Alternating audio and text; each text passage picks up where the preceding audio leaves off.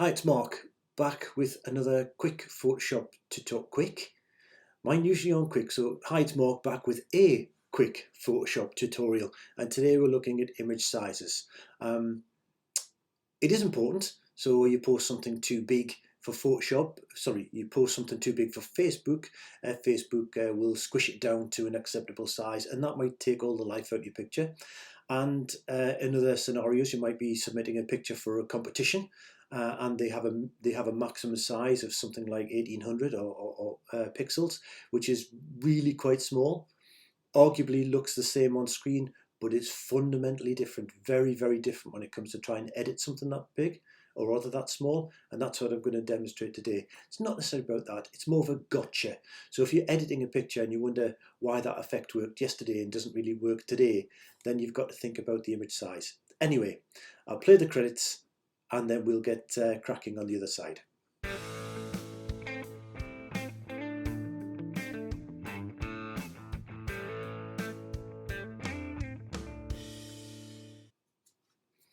Okay, so here we are, and this picture is of the wonderful Jesmond Dean in the heart of Newcastle.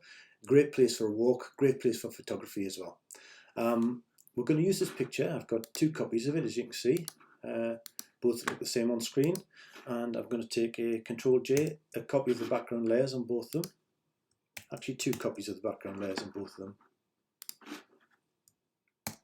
And we'll start with the top one there.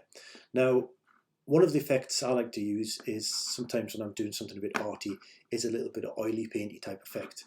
So I'm going to go to Filter, Stylize, Oil Paint. It's worth having a look at this because it creates some nice artistic effects. I'm not really going to change those. 2525 seems to look okay according to that preview. And let's apply it. Shall we see what it does? Okay. Now that is not to my liking, not to my taste, it's way over the top, but I just want to demonstrate doing it on this other picture. So I could click on that, which will repeat the filter, but I'd rather show you it is actually all the same. 2525, click OK. I'll call that oil as well. Now then, the difference between that one and that one with the same filter is very, very noticeable. And if I was editing this one, it's more of a subtle effect for those low values, whereas on this one, it's a major effect. It kind of spoils it. So let's try something you may more realistically want to do, and that is that little bit of grain, add a little bit of noise to a picture, which is something you might do in compositing, add a little bit of grain. So let's, there's our layer, and we'll go filter noise. So add a little bit of noise, just a tiniest amount, about 5%. Gaussian monochromatic, that'll do me. I'll just click OK. And if we zoom in, you can see how it's added a bit of grain. So if I do before, and then I'll reapply that, so you can see after. Just click that noise there. Okay, and on our other picture, zoom in, and we go filter, and again I won't click on there, I'll actually go in just to prove it is the same. I know you trust me, I hope. And click OK. Now then, if we go between the two, oh, I need to blow that up a little bit more, just a better comparison. Between there and there, again, a fundamental difference. Go back there, zoom out. So what's the difference? Well, the difference is purely that these images are different sizes. You probably guessed that right from the off, but it does make a difference. It is a consideration. Stop right there. Fundamental mistake. While editing this back, I realised I had not told you what the actual sizes were. So let's get this out of the way. Put him to one side. We don't need him. I should have gone that way. There we go.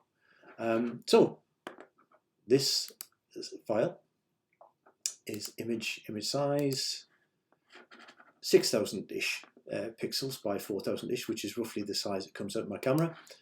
And this one You can tell from the title of it, I suppose, 2000 copy. It isn't a year, it's the size. This one is 2000, which is a perfectly acceptable larger size for Facebook.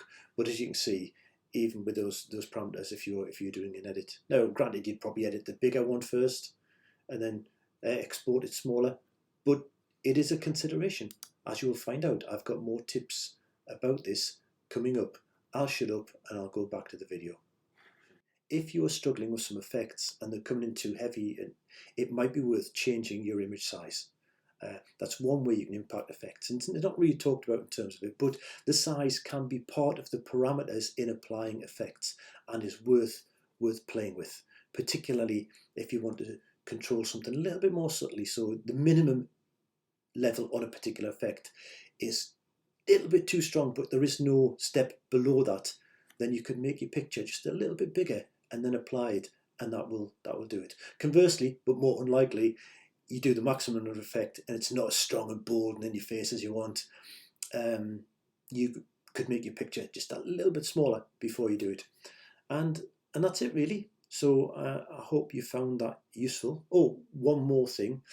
If you're a fan of actions, where you get actions down which can convert your pictures, I don't know, into a caricature and things like that, and you find that the examples that show on the websites are really good, but when you run them, they don't quite look the same. That's probably because of this exact same thing. And you will find in the instructions on those, they usually say this best applies for a picture between 1,500 and 2,000. Made those numbers up, but it might say that, and yours is 6,000 by 4,000. But you think, you know what, that's probably just a minimum, I'll be okay with this. Well, you're not. They quote that for a reason, because that's the best sizes for the work they've put in to apply the various strengths and parameters of the filters they apply in those actions. That's it. It was quick for me, and now I'm going for a coffee. Bye now.